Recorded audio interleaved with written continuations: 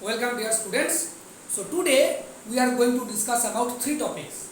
These are the power required to push or move a conductor in a magnetic field, and then two very important topics, that is the mutual and self induction.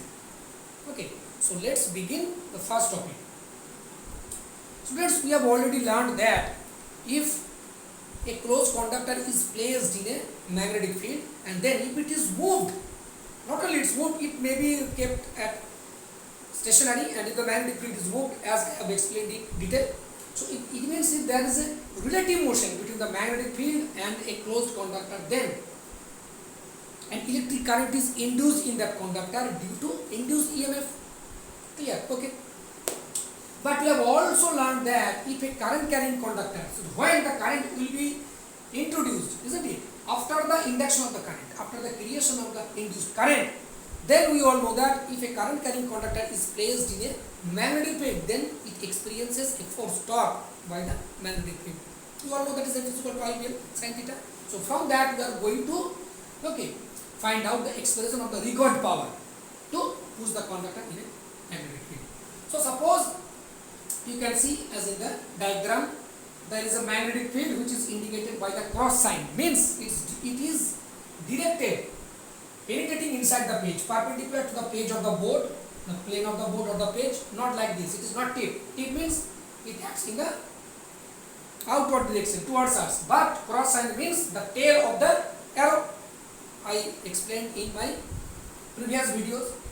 You can go through and you can see. Okay. So this is the direction of the magnetic field is penetrating the plane of the board perpendicularly, and now if we move the conductor towards the right side, which is indicated by V. V is its speed, that is velocity, which acts in the towards the right side. So from here we can easily find out the direction of the induced current using Fleming's right hand rule. Okay. But before that, I would like to mention some elementary topics, that is V is equal to magnetic induction, because as I have already told that the magnetic field is also expressed by magnetic induction. Why? You can see in my previous video. So it is also called flux density. Why? As I told, flux is the total number of magnetic field lines of forces crossing total area of any of the plane of the conductor which is placed normally in that magnetic field, isn't it?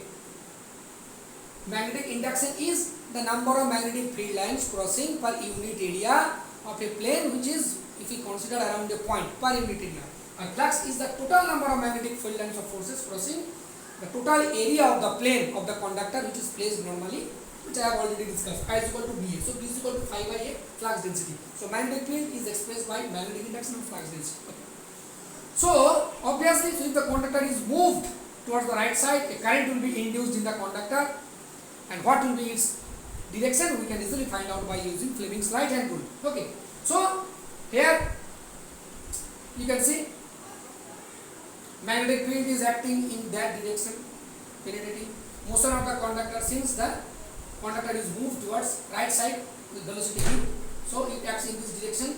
So you can see current will be induced in the conductor in this direction. Very clear, very easy, which matches with our diagram. But the most interesting fact is that after the induced of the current, after the creation or the generation of the induced current, we all know that a current carrying conductor, when placed in a magnetic field, it experiences a force or torque by the magnetic field. It means that magnetic field will apply some force on that current carrying conductor, which is F is equal to IPL sin theta. So whose direction? It means in that case, the direction of the force we can easily find out, determined by using Fleming's left hand rule, isn't it? You can see this is the direction of the magnetic field, index finger. Now recently we have got the direction of the induced current in this direction, so it means the force on the current carrying conductor by the magnetic field will act in this direction. So it is the direction of force. Okay.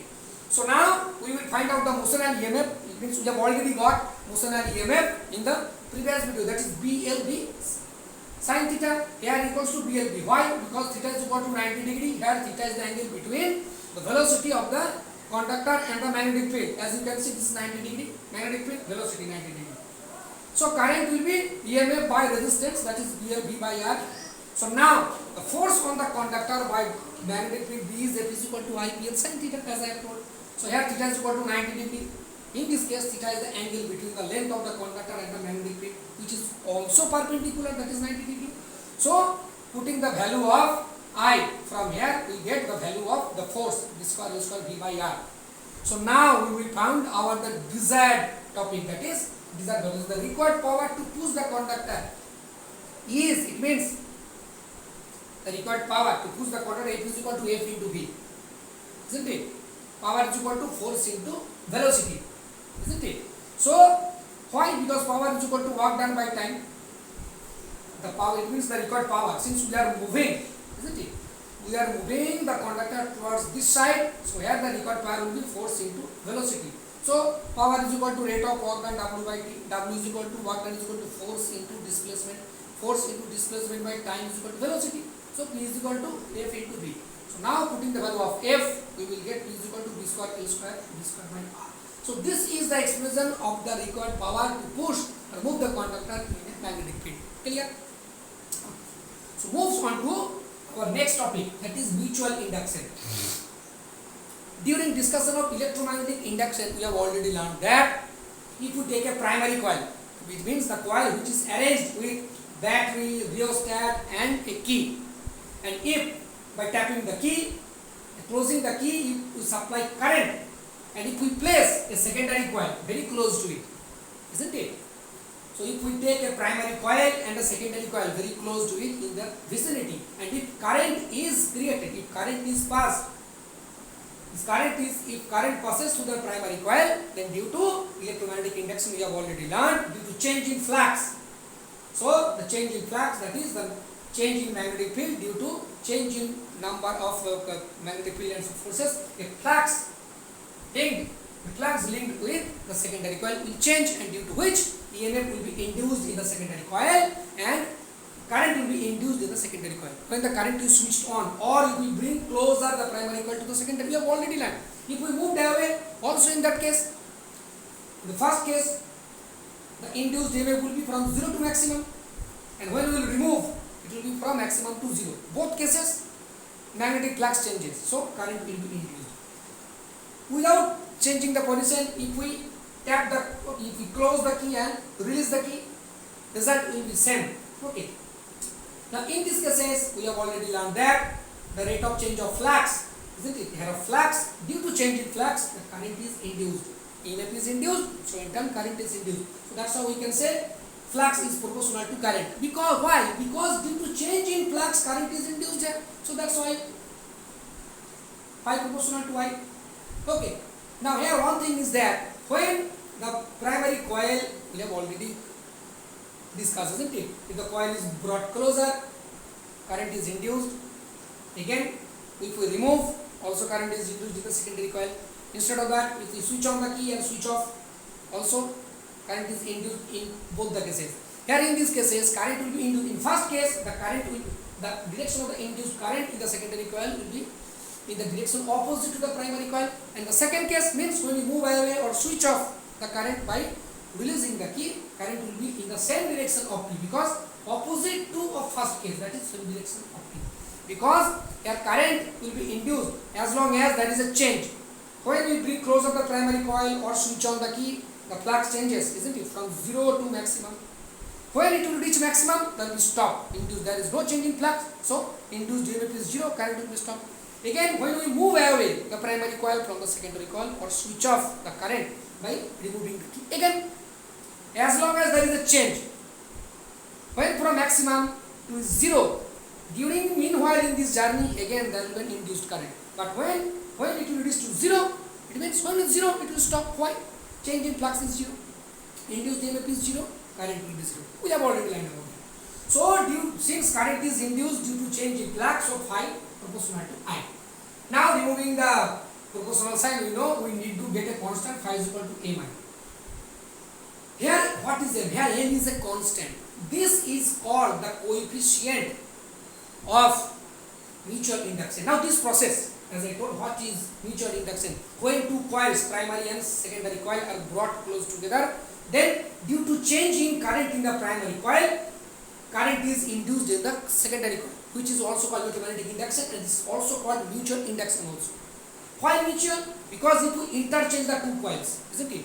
If somehow current is changed in the, if we interchange the primary and the secondary coil, if somehow current is changed in the secondary coil, flux will be also changed in the primary coil also. Okay? It means if we interchange both the coils, the contribution will be same, result will be same. Clear? So in this case, from this equation here n is a constant. So this process is called mutual induction. The generation of induced current due to change in current in any one coil, isn't it? Generally, since current can be easily produced in the primary coil with the help of the battery, key and the rheostat. With the rheostat, increase and decrease.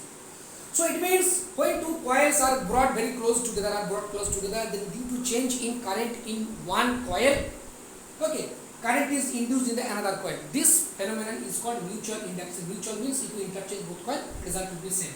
So phi is equal to mi. Here m is a constant which depends on the number of turns, the thickness, that is the shape of the coil. Okay. So now if I is equal to 1, then easily we can get the value of m, that is phi is equal to m from equation 1.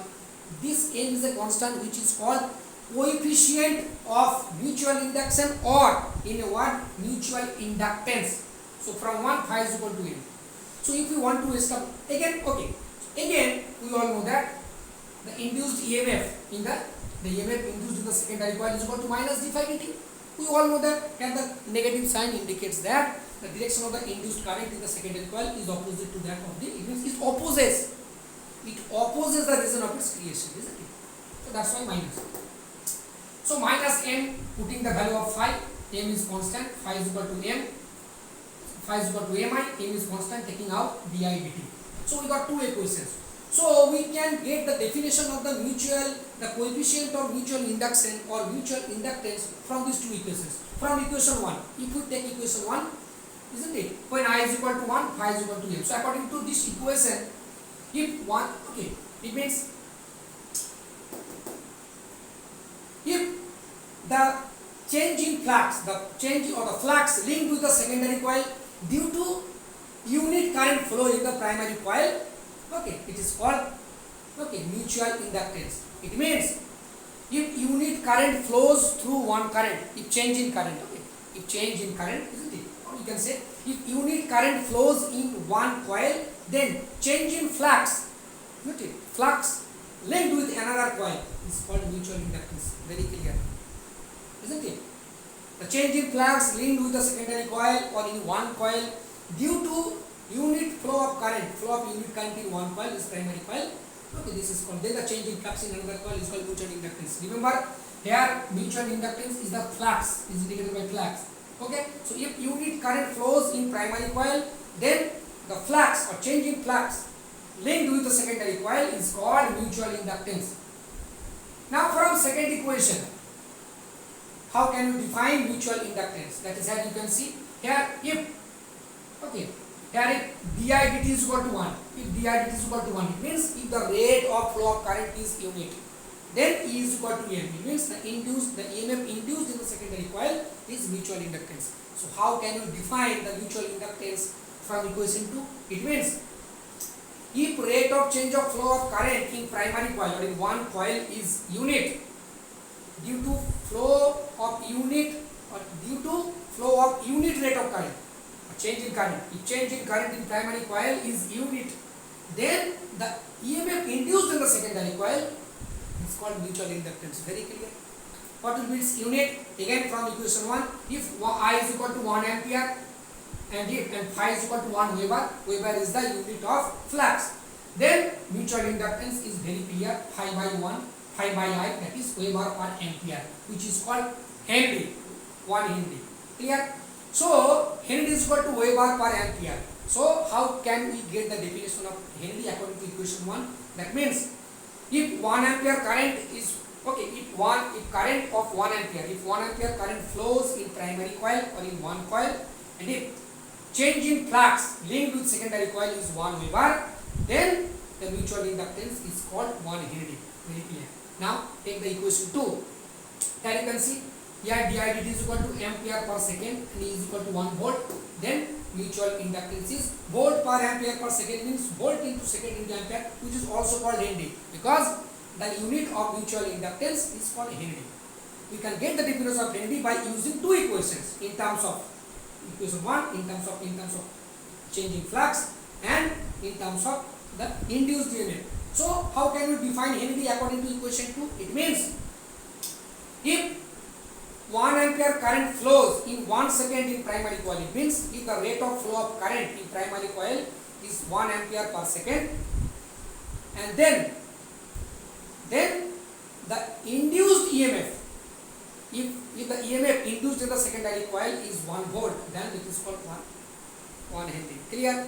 So it means Henry is equal to both Weber per ampere or volt into second into ampere.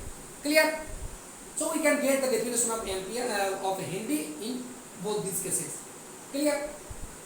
Now moves on to self-inductance, self-induction. Okay. So this is called the mutual. Clear? Now self-induction. Here whatever happens in case of self, as you can see, there is a coil which is attached to the battery and key. So as long as if we switch, tap the key, close the key, the current will start to flow, begin to flow in the coil. So as soon as current will start to flow, a magnetic field will be created here. So also the flux linked with the coil will also be changed. Why and how? Because when the key was opened, isn't it? When the key is open, when the key is released, when key is open, no current flows through the coil. So it means a change in flux, isn't it? There will be no change in flux. Why? Because there is no magnetic field is created. And why? Since no current, no magnetic field will be created. So there will be no change in magnetic field lines of forces, number of magnetic field lines of forces. And since change in flux means change in number of magnetic field lines of forces. So when key is open, no current is flowing through it, no magnetic field is created, no change in flux. Okay, so this is 0. Induced EMF is 0, current is 0. Isn't it? Current is 0. Okay, induced. Again, when the key is closed, original current which is supplied by the battery, current will start to flow, which is this original current, isn't it? The original current which is supplied by the battery. So as soon as this current will start to flow, a magnetic field will be created around itself, means inside and outside. So due to this magnetic field, since initially the magnetic flux was 0 due to no current, no creation of magnetic field, as soon as current is created, current carrying conductor or coil behave as a magnet. So due to this magnetic field, a change in flux will be changed. Why? Initially flux was 0, now flux is going to reach maximum. So due to this, flux is changed. So since flux is changing, so a current will be induced itself inside the coil self. So here the current is induced, and the current is not induced due to other coil, due to itself, due to flow of current. So since here current is induced in itself, it is the function, it is a self function, so that's why it is called self induction. And what is the characteristics? So in this case, according to Lenz's law, we know the direction of the induced current is such that it opposites its region of creation. So it means in this case the direction of the induced current will be opposite to the direction of the original current which is supplied by the battery. So it means in this case the induced current, the magnitude of the induced current will try to reduce the magnitude of the original current. Very easy, since current is induced. Again, when it will reach its maximum value, induced EMF will be stopped, no current. Why? Flux is 0. It means when it will start from 0 to maximum, from 0 then gradually increase in this journey. Meanwhile in this, flux is keep changing, so current will be induced and it will be reach its maximum value. When change of flux will be maximum, okay, from 0 to current is maximum, there is no change from 0 to maximum. When the change of flux is reaching its maximum value, then after that there will be no change in flux, so induced EMF will be 0, current will be 0. Again, when we open the key, so all this was happening when the key was closed. Now if we open the key, then suddenly, then in the case current from maximum, it will just move to 0. The original current of the battery, isn't it? The original current supplied by the battery will just drop down from maximum to 0. In this case also there will be change in the flux, as I said, from maximum to 0 to maximum, gradually from maximum to slowly 0. So meanwhile also there will be change in flux. So in this case also a current will be induced, current, but here it will be in the same direction, which also follows the Lenz's law. How? Let's say in the first case, when the induced current, when the current was just increasing, why? Due to tapping of the key, current just started to flow. So obviously from 0 to maximum, so the induced current, its characteristics due to Lenz's law, it will oppose. So that's why in the first case, the magnitude of the original current was decreasing, was reduced due to induced current, since it was acting in the opposite direction. Now when we open the key, it means we want to stop the original current supplied by the battery. So from maximum to it will try to reach the 0. But now what will be the characteristics of the induced EMF due to Lenz's law? Now in this case it will also oppose. It means in this case the magnitude of the original current supplied by the battery wants to reduce, decrease, but according to Lenz's law, here the function of the induced current, and the induced current will try to increase. So that's why in this case the direction of the induced current. In the second case, when the key is opened, in the same direction, isn't it? So this is called self-induction. It is trying to opposing. I think the topic is very clear. First case, switch was on, current will reach from 0 to maximum. Initial, the current supplied by the battery, induced current, try to oppose the current according to Lenz's law. So it will, so the magnitude of the original current will be reduced, isn't it? Decrease. Second case, when the key was opened, current from maximum to 0. So again reduced current acts in the opposite direction. So in this case, during switching off the current or opening the key, the original current supplied by the battery magnitude will try to, isn't it, will just decrease. But here induced current won't let it, because it always behaves in the opposite direction. Whatever wants its opposite, its function is always opposite. When the original current wants to increase, the induced current try to decrease it, reduce it. When the original current supplied by the battery try to decrease, it will try to increase it, acting in the same direction. Clear? Okay, so this phenomenon is called self-induction, isn't it? Now one thing is there, is very clear. When the current, isn't it? Can you find any similarities between this property and something else which we read in Newton's laws of motion, inertia, isn't it? Inertia is the inherent property of any body which opposes any kind of change in its state. Depends when a body is at rest, when you try to make it motion, it opposes. And when a body is in motion, which you want to stop it, it also opposes, which is denoted by, which is generally expressed by, measured by its mass. Heavier, more will be mass, more will be its inertia. If a body of heavier mass is at rest, it will be very difficult for us to make it movable. When a heavy body is in motion, we need a greater force. It's also difficult to make it stop, isn't it? Same case, isn't it? Same case is happening here. When the magnitude of the battery of the original current is increasing, induced current try to stop it or decrease it. When it was trying to decrease, it tried to increase it. It is nothing but the property to oppose the current, isn't it? So obviously it can call the inertia of the circuit, isn't it? So that's why self-induction, because it is creating, apply some opposes, isn't it? It's the property. It is preventing any change in the original current. Very easy. So that's why self-induction is called inertia. Now, expression is the same. Phi proportional to I, phi is equal to Li. Only difference is that mutual inductance or coefficient of mutual induction is expressed by M. Here it is L. Everything is same. If 1 is equal to 1, phi is equal to L, everything is same. You can establish the definition of the self-inductance or coefficient of self-induction as the same way as I explained in case of mutual inductance. Unit current flows, the flux change with, if unit current flows in the circuit, the flux change with the circuit is called self-inductance. Or in terms of EMF, if unit rate of flow of current is unit, then the EMF developed in the circuit is generally expressed as the self-inductance. Okay.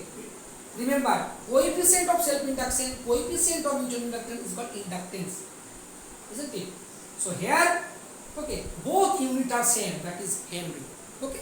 So I think topic is very clear, and we will meet in the next video.